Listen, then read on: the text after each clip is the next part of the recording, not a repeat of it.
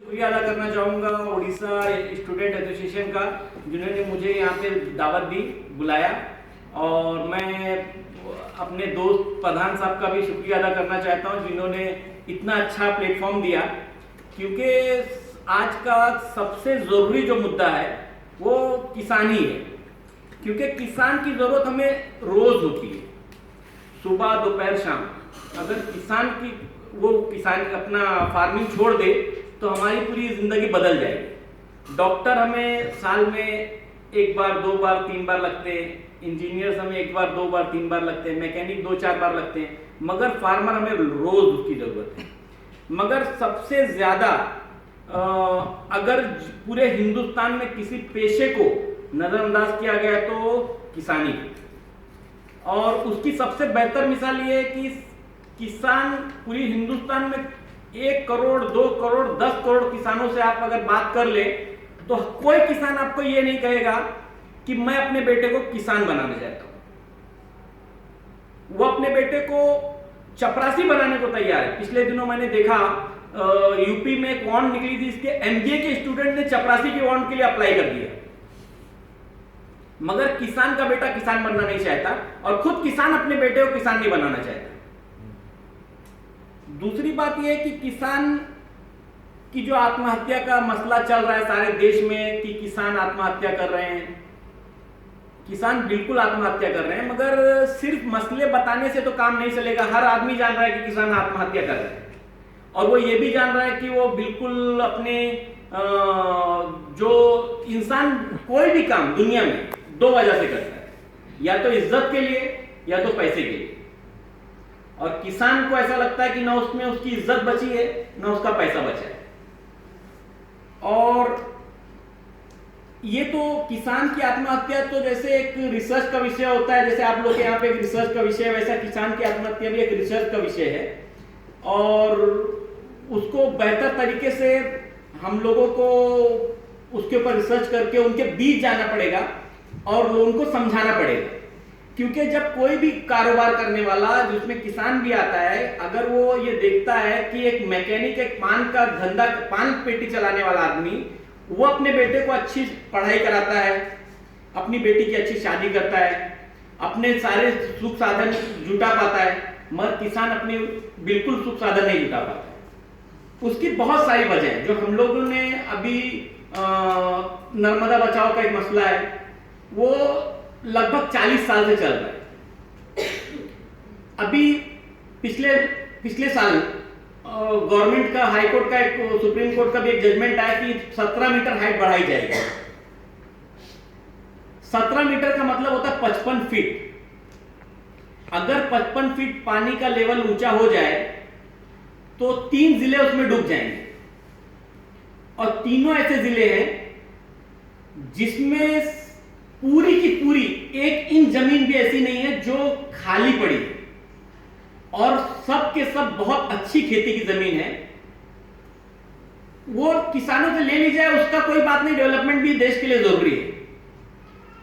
मगर क्या जिस इस 40 सालों में किसानों की जमीन हथियाने के बाद क्या उनकी जमीनों के अभी तक जो पिछले मुआवजे दिए गए? नहीं दिए गए। आज भी किसानों के केस चला दिए जाते हैं भोपाल में। अब बड़वानी का किसान भोपाल जाके कैसे मुकदमा लड़ेगा? वो अपनी जमीनें छोड़ देता है, उसके जगह पे दूसरे लोग पैसे ले लेते हैं। और सरकारें हमेशा किसानों की जमीन झूठ बोल के ही एक्वायर करती है। जो भूमि अधिग्रहण कानून है उसका किसानों की जमीन पर सरकारों की हमेशा नजर रही है, और उसको एक्वायर करने के लिए, किसानों की जमीनों को एक्वायर करने के लिए सरकारों ने कोई हथकंडा छोड़ा नहीं। जैसे इन्होंने बताया था कि ये जो पानी है, नर्मदा बचाओ का पानी सबसे पहले कच्छ के किसान तक पहुंचाया जाएगा। अभी तक 5% भी उस पर काम शुरू नहीं हुआ है, और इंडस्ट्रियलिस्ट लोगों को पानी पहुंचाना शुरू हुआ है। अभी मैं बात करता हूं मराठवाड़ा के किसानों की। मराठवाड़ा में जो किसान आत्महत्या कर रहे हैं, इसमें कुछ लोगों ने कारोबार बना लिया, क्योंकि लगातार 6 जिले सालों से, 8-10 सालों से हम सुनते आ रहे हैं। अभी आंकड़े अगर देखे जाए तो हिंदुस्तान में 2014 में टोटल किसानों ने आत्महत्या की थी 5650। उसमें महाराष्ट्र में 2568 किसानों ने जो रिकॉर्ड किए गए कि इन्होंने किसान खेती के नुकसान की वजह से आत्महत्याएं की है।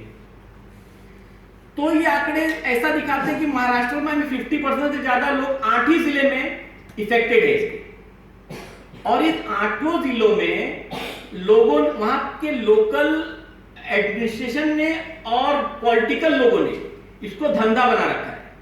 वो खुद चाहते हैं स्थिति बनी रहे, क्योंकि हर साल सरकार पे दबाव बनता है, धरने दिए जाते हैं, सरकार 5000 करोड़ दे देती है, मगर 5000 करोड़ जाते कहां? अगर 5000 करोड़, 2000 करोड़, 500 करोड़, आप लोग हमेशा पेपर में देखते होंगे सरकार, महाराष्ट्र सरकार ने 300 करोड़ दिया, सेंट्रल गवर्नमेंट ने 1000 करोड़ दिया, ये पैसे कहां जाते हैं? इस किसानों की खुदकशी पे वहां की सियासती लोग अपनी रोटियां सेक रहे हैं। और उसके आगे मैं कहना चाहता हूं, पिछले दिनों हम लोग उधर किसानों के मूवमेंट में खड़े थे, इत्तेफाक से उसी दौरान में एक फार्मर ने खुदकशी करने की कोशिश की और वो बच गया। तो जब उससे मिलकर पूछा गया कि वजह क्या है, तुम खुदकशी क्यों करना चाहते थे, तो उसने कहा कि जैसे हम लोग गवर्नमेंट से लोन लेते हैं, तो गवर्नमेंट की बैंकों के लोग गुंडे पाल रखे हैं हमसे पैसे वसूलने के लिए, जबकि आरबीआई की गाइडलाइन है कि कानून से बात की जाए। वो तो ठीक है, वो लोग गुंडागर्दी पे उतर आए हैं। वहां के साहूकार जो उनको 10% पैसे पे ब्याज पे पैसे देते, वो बोलने लगा कि मेरी एक बेटी है 14 साल की, जो उसने मुझे 7500 कर्जा दिया है, वो हमेशा अपनी उस बेटी का डिमांड करता है। मेरे लिए शर्म की बात ये नहीं कि मैं कर्जदार हूं, मगर मेरे लिए शर्म की बात है जिस दिन मेरे जीते जी ऐसा हो जाएगा, उस दिन मैं क्या करूंगा। अब ये बात मैं किसको जाके बताऊं, कौन मेरी बात मानेगा? और साहूकार के पास इतने लोग जमा हैं कि मेरे एफआईआर भी नहीं दर्ज होगी। तो मुझे ऐसा लगता है कि मर जाना ही मेरे लिए बेहतर है। किसान सिर्फ कर्ज से नहीं मर रहा है, किसान अपनी जिम्मेदारियों से मर रहा है। किसान का बेटा आके बताता है कि वो फलानी दुकान वाले का बेटा फलाने कॉलेज में पढ़ने जा रहा है, मैं क्या करूं। वो रोज सताता है, बहुत उसके घर वाले उसको समझाते हैं, मगर बच्चों को कैसे समझाया जाए। बहुत सारी वजहें हैं किसानों को खुदकशी करने की, जैसे कि एक मसला ये भी है कि जो एक आज सीड्स है, ऐसे सीड्स बाजार में प्राइवेट कंपनियों ने उतारे हैं कि जो पहले हमारे हजारों साल से लोग गेहूं की पैदावार करते हैं, धान की पैदावार करते हैं, और उसी बीज को वापस से बचा के रखते हैं और अगले साल वापस से जमीन में डाल देते हैं। मगर जो ये हाइब्रिड बीज जो इन्होंने कंपनियों ने लाया है, उससे वापस से उसकी खेती नहीं हो सकती। वापस से उसको अगर हम लोग चाहें कि उसको वापस से उसमें से कुछ बचा के, और उसकी कीमत है 280 रुपया किलो एवरेज रेट होता है, क्योंकि वो बीज हाइब्रिड बीज बोल के। इस तरीके से उनकी ऐसा हमेशा उनको हर साल उस बीज के लिए मजबूर रहना पड़ता है। अभी हम लोग एक लोनावाला है हमारे महाराष्ट्र में एक जगह, उसके पास एसआर एग्रो ने 4500 एकड़ जमीन एक्वायर की है, और उसको वो लोनावाला के जो डैम है, वहां पे पावना डैम है, वहां से पानी उठाया जाता है। एसआर एग्रो वाला पानी जो उठाता है, वो मेरे अंदाज से 24 इंच के डायमीटर का पानी उठाता है, और डैम में से किसी को किसान को पानी उठाने की परमिशन नहीं है, सिर्फ इसलिए कि सारे किसान उसको फ्री में या कम लेबर में, अगर वो अपनी जमीनों पे खेती करने लगेंगे तो मेरी जमीनों पे खेती कौन करेगा। इसलिए उन लोग इस तरीके से माहौल बना के रखते हैं कि तुमको हम उसके लिए बच्चों के लिए स्कूल बना दिया, मगर किसान ने अपनी जमीनें छोड़ के लेबर बन के उनके इधर काम कर रहे। ऐसे बहुत सारी जगह है। अभी एक इसमें मसला है एसईजेड का। एसईजेड का कानून ये कहता है कि ऐसी जमीन अधिग्रहण की जाए जिसमें कुछ पैदा ना होता हो, मगर आप देखते होंगे एसईजेड की जितनी जमीनें एक्वायर की जाती है, अहमदाबाद के नजदीक, मुंबई के नजदीक, दिल्ली के नजदीक, ऐसी गुड़गांव में एक्वायर की जाती है, जहां पे एक्वायर करने का परमिशन नहीं। क्यों नहीं सरकारें मराठवाड़ा के किसानों को अच्छी कीमतें देके वहां की जमीन को एक्वायर करा दे और उनको अच्छी कीमत दी जाए। मगर ये करने की किसी गवर्नमेंट को, मैं किसी गवर्नमेंट का नाम नहीं लेना चाहता हूं कि कांग्रेस ऐसी थी या कोई बीजेपी ऐसी है या ये, लगभग किसानों के लिए तो सबने एक ही जैसा बर्ताव किया है। और बहुत सी वजह हैं जिसकी वजह से ग्राउंड पे जब हम लोग जाते हैं तो हमको मालूम पड़ता है कि किस तरीके से शराब पिलाई जाती है, किस तरीके से उनको शराब पिला के उनके अंगूठे लगवा लिए जाते हैं। तो ऐसी बहुत सारी बातें हैं जो सामने आती हैं और सामने आने के बाद ऐसा लगता है, वैसे बेसिकली मैं बड़ा किसान हूं, मगर मैं अपने खेत में पैदा हुआ अनाज नहीं खाता, क्योंकि आज वो इतना फर्टिलाइजर डाल के पैदा किया गया है। मैं उस गरीब किसान से लेता हूं जिसने गाय पाल के रखी है, जिसकी खाद से वो खेती करता है, उसका खेत मैं खाता हूं, मगर मैं मेरे इधर का नहीं खाता। मैं खुद किसान, मेरे भाई किसान है। मैं उनसे कहता हूं कि ऐसी खेती क्यों करते हो जो जहर है, जो हम खुद नहीं खा सकते। बोले आप ना बंबई में धंधा करते हो, अपना धंधा करो, वरना यहाँ इसमें बचेगा क्या। अभी मैंने प्रोग्राम बनाया था कि मैं कुछ ऐसा काम करूंगा, तो मैंने चेक कराया जमीन को, 12 फीट जमीन के अंदर तक फर्टिलाइजर जा चुका है। मैंने पूछा इसका असर कब खत्म होगा, तो बोला 12 साल तक एक घास आती है, उसको अगर हम इस पे लगा के उसमें काट के छोड़ते रहेंगे और इस पे फिर फर्टिलाइजर नहीं डालेंगे तो 12 साल बाद इसका असर खत्म होगा। तो बात ये नहीं है कि आज किसान खुदकशी कर रहा है, हमारे देश की जमीनों बर्बाद हो रही है, जो आगे चल के वो किसी लायक नहीं बचेंगी। जैसे हमारे अनाज के बदले अनाज, जो मेरे दोस्त खेती करते हैं गांव में, उनका अनाज जो मैं ले रहा हूं वापस से अगर खेत में डाला जाए तो वापस पैदा हो सकता है, मगर जो इनका हाइब्रिड बीज डाला जाए तो नहीं पैदा हो सकता। तो ऐसा नहीं कि ये खतरा आज के लिए, ये खतरा बहुत दूर का है। और ये जो साजिश है ये इसलिए नहीं है कि एक किसान मर रहा है, ये साजिश है पूरे देश को। अगर वो बीज देना बंद कर दे, आज जो बड़ी बड़ी कंपनियां हैं अपना बीज अगर बाजार में देना बंद कर दे, तो मैं लिख के देता हूं 90% जमीनें हिंदुस्तान की खाली रह जाएंगी, उस पर खेती नहीं हो सकती।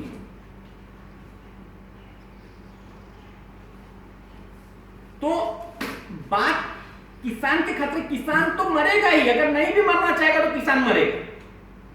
और वो 20 साल के बाद वो कंपनियां बोलेंगी कि आपको इसी दर पे बीज लेना है तो लीजिए, वरना कोई जरूरत नहीं आपकी, वो आपको अपना गुलाम बना के रखेगी। तो किसानों की तो बहुत बड़ी बड़ी समस्याएं इसमें। और जैसे लोग, मैं हिंदुस्तान में पेपर पढ़ता हूं तो पढ़ने में आता है कि लोग हथियार खरीदने के लिए ना पूरी दुनिया का रिसर्च करते हैं, फ्रांस से खरीदा जाए कि इजराइल से खरीदा जाए कि हम लोग अमेरिका से खरीदे, अमेरिका पाकिस्तान को दे रहा है, बड़ी बड़ी बड़ी बातें होती हैं। मगर किसी ने कभी किसान के लिए औजार खरीदने के लिए कहीं रिसर्च नहीं चालू। ऐसे ऐसे हम लोग, अब यूट्यूब का जमाना है, व्हाट्सएप का जमाना है, ऐसे ऐसे वो आते तरीके सामने आ रहे हैं कि अगर हम लोग किसानों को सिर्फ सिखा दे कि धान ऐसे बैठाया जाता है, मशीनें आती है, मैनुअल ऑपरेट हो रही है, मगर सरकारें चाहती है कि वो कभी ना आए। अगर वो लगातार किसानी खरीद करेगा तो हमारे यहाँ आज जो दावत दी जा रही है सबको, हमारे यहाँ के ये पैदा, ये बनाओ वो बनाओ, वो कहाँ बनाने वाले? क्या वो अपना मराठवाड़ा में बनाने वाले या फिर कालाहांडी में बनाने वाले? वो बनाने वाले हैं दिल्ली के नजदीक, अहमदाबाद के नजदीक, बेंगलोर के नजदीक, मुंबई के नजदीक। क्यों नहीं सरकारें चाहे वहां जाके बनाती? क्योंकि उन्हें किसानों से कोई लेना देना नहीं है, उनके कारोबार लग जाए, उनको मालूम है कि आखिरी में होना क्या है। और किसान भी भोला है, पढ़ा लिखा है नहीं। अब बुरा ना माने तो एक बात बोलना चाहूंगा, जैसे जो पढ़े लिखे लोग हैं वो लोग सिर्फ डिस्कशन करते हैं, फील्ड में नहीं जाते। अभी आज हम लोग 30 लोग हैं, अगर हम लोग तय कर ले कि अपने जिंदगी का 10 दिन ना हम लोग किसानों को सिखाएंगे। हम लोग इतनी बातें सुन रहा हूं मैं सुबह से कि सब अच्छी बातें कर रहे हैं, अच्छी बात है, बात में दम भी है और उसकी जरूरत भी है, मगर प्रैक्टिकल में ना कुछ नजर नहीं आता। ये सबसे बड़ी जो जरूरत है, हम लोग तय कर ले कि मैं 3 दिन जिंदगी का किसानों को जितनी जानकारी हो गई मैं उनकी औरतों को सिखाऊंगी। आज किसानों की औरतें बहुत परेशान हैं, आप मराठवाड़ा में देखेंगे 8-8 किलोमीटर से लोग पानी लाने जाते हैं, एक मटकी पानी 8 किलोमीटर से लोग लेकर आ रहे, एक मटकी पानी। आप देखेंगे वो पाइपलाइन जो जाता होता है ना, पाइपलाइन उसको नाले के ऊपर से गुजरता होता है, तो उसके अंदर खड़े होके बाल्टी लगा के जो ड्रॉप ड्रॉप पानी गिरता रहता है उसको भी लोग जमा करते हैं। जो पाइपलाइन में थोड़े से लीकेज हो जाती है ना, तो सिचुएशन बहुत भयानक है। तो आखिर वो भी क्या करे, खुदकशी ना कर ले तो कहां जाए। आप 48 साल के बाद, अगर आपको मैं 50 साल आप पढ़ रहे हो, आप अगर पढ़ाई के सिवा भी मैं आपको अचानक बोल दूं कि आपको किसानी करनी है तो आप नहीं कर सकेंगे। इसी तरह 48-50 साल अगर किसान की जमीन उसके बाद अचानक ले ली जाए तो क्या करेगा? क्या कुशल मजदूर हो सकता है? वो बेहतर किसान हो सकता है मगर बेहतर मजदूर नहीं हो सकता। तो बहुत सारी किसानों की समस्या है, किसानों की नहीं सारे देश की समस्या है। तो अच्छे जानकार लोग जिनको ये मालूमात है, जिन्होंने मालूमात हासिल की, अपनी मालूमात को लोगों तक पहुंचाएं, ये बहुत जरूरी है। मैं एक आवाज हूं, आप लोग अगर 10 लोग और मिल जाए, 20 लोग और मिल जाए तो हम लोग 20 आवाज हो सकते। मैं नहीं कह रहा हूं कि काला हांडी में नहीं तकलीफ है या महाराष्ट्र में नहीं, किसान रियल में परेशान है। अगर इसकी सबसे बड़ी मिसाल ये है कि कोई अपने बेटे को किसान नहीं करना चाहता। तो सिर्फ बातों से या हम लोग के प्लान से, जब तक अभी हम लोग लाख प्लान बना रहे, ये सब प्लान कहां पे जाके इंप्लीमेंट होंगे? सरकार के पास। क्या हमारे पास कोई तरीका है कि सरकार को इसके लिए मजबूर किया जाए? अगर मैं आपको बता दूं कि आपके पास ये बीमारी आपको है, मगर उसका इलाज तो डॉक्टर ही करेगा ना। तो हम लोग को सरकारों पे क्या हमारी कोई ताकत है दबाव बनाने की, या हम लोग सरकारों को समझा सकेंगे या अपनी बात रख सकेंगे? आज देखिए सबसे बड़ी समस्या भूमि अधिग्रहण कानून में, मैं दिल्ली आया हुआ था जंतर मंतर पे, जिसमें अन्ना जी भी शामिल थे। मैं वहां पे आके समझ पाया कि किसानों की भी जो ऑर्गेनाइजेशन है पॉलिटिकल है। किसानों की जो ऑर्गेनाइजेशन जो उसके लिए सालों से लड़ रही है, वो पॉलिटिशियन है सब। एक बोल रहा है मैं नहीं लड़ूंगा, एक ही दिन 2 धरने हो रहे हैं, एक भूमि अधिग्रहण के सपोर्ट में हो रहा है और एक भूमि अधिग्रहण के विरोध में हो रहा है, और दोनों हरे रंग का झंडा लेके खड़े हैं। समझ में नहीं आ रहा कि हमारा धरना कौन सा है। उसमें भी मेधाताई पाटकर जी शामिल थे। तो हम लोग सब तो आए थे नर्मदा बचाओ से। तो उस वक्त मैं समझ पाया कि किसान की लड़ाई लड़ने का दावा करने वाले इतने बड़े बड़े एनजीओ हैं जो बातें कर रहे थे ऐसी बड़ी बड़ी। पिछले दिनों जिनको सुन के, मैं जिनके बारे में जान के ऐसा लगा कि ऐसे लोग हैं मूवमेंट में, मगर मुझे अब लगता है ना कि कोई मूवमेंट नहीं है। ये पॉलिटिकल पार्टियों के उनके फायदे को साधने के लिए मूवमेंट चलाए जाते हैं। अगर बीजेपी कांग्रेस में, उधर कांग्रेस अगर महाराष्ट्र में है तो बीजेपी के संगठन ने नाटक शुरू है उनका, अब वो हट गए तो वो लोग शांत है, ये शुरू हो गया है। तो ऐसा लगता है कि अब किसान ना बस ऐसे दया, जैसे कि किसानों को दया की जरूरत नहीं है, उनको रिलीफ देने की जरूरत नहीं है, उनको साधन देने की जरूरत है, उनको किसान बनाने की उनकी जो जरूरतें हैं वो उनको वापस से कैसे वो अपने काम में लग सके उसकी जरूरत है। आपको आज जरूरत है, मैंने 5,000 निकाल के दे दिया, आज आपकी जरूरत पूरी हो गई, तो उससे आपका क्या भला होने वाला? आखिर कल भी फिर जरूरत वो है।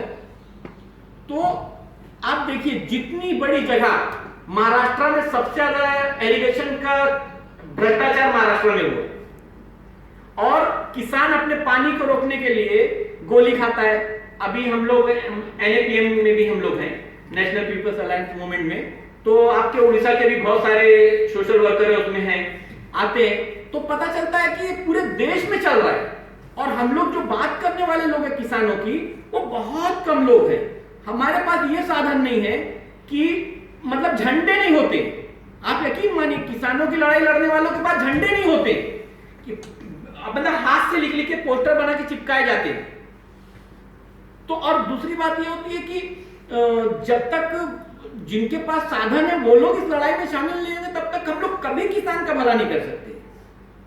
मैंने बहुत सेमिनार अटेंड किया है, बहुत वो किया है। हर सेमिनार में 1-2-4 लोग मिल जाते हैं जो कभी उनके इलाकों में धरने कुछ होते हैं तो बेचारे आ जाते हैं, मगर बहुत लोगों के शामिल होने की जरूरत है, क्योंकि अब ना किसानों के विरोध में और किसानों का फायदा लेने वालों की तादाद बहुत हो गई है, और किसानों के पक्ष में, किसानों की तरफ लड़ने वालों की तादाद बहुत कम रह गई। तो सबसे बड़ी जरूरत है किसानों को हमारी मदद की, प्रैक्टिकली मदद की। प्लान तो बहुत है, पैसे तो बहुत आ रहे हैं। आप हर गर्मी के बाद आप सुनेंगे, अभी पिछले दिनों मैंने देखा यूपी में ओले पड़े थे, यहाँ पे शायद बर्फ गिरी, ओले पड़े थे, उसमें किसानों को चेक दे दिए गए, सब चेक बाउंस हो गए और किसानों ने डिस्ट्रिक्ट मजिस्ट्रेट के ऑफिस के सामने चेक जला दिए। तो अब सुनने में ऐसा आता है कि सरकारी चेक भी बाउंस हो जाते हैं। तो समस्याएं बहुत हैं और मतलब अगर मेरी बातें किसी को बुरी लगी तो उसके लिए मैं माफी चाहता हूं, मगर बातें कड़वी हो सकती है, मगर सच्चाई, मुझे लगता है इसमें सच्चाई है। तो मैं चाहूंगा कि आप लोग, कुछ लोग अपने अपने इलाकों में जिंदगी के साल के सिर्फ 2 दिन, 1 दिन, जितना आपको ऐसा लगे कि उनके बीच में जाके अगर उनको हम लोग समझाएं। क्या होता है कि जब आप जैसे पढ़े लिखे लोग जब बोलते हैं, तो जैसे अभी मैं तो ज्यादा पढ़ा लिखा नहीं हूं, जैसे आप जैसे पढ़े लिखे लोग जब बोलते हैं तो उसका असर होता है, उनको तरीका होता है, उनको मालूमात होती है, उनकी स्टडीज होती है, उनको सारी बातें जो मैं नहीं जानता हूं, ऐसा नहीं कि मैं सब जानता हूं, आप लोग जो जानते हो मैं नहीं जानता, तो आप लोग की भी जानकारी और हम लोग जैसे लोग की भी जानकारी अगर मिलकर कुछ होगा तो मुझे ऐसा लगता है कि देश के किसानों का कुछ भला हो जाएगा और इसकी ही आज जरूरत है।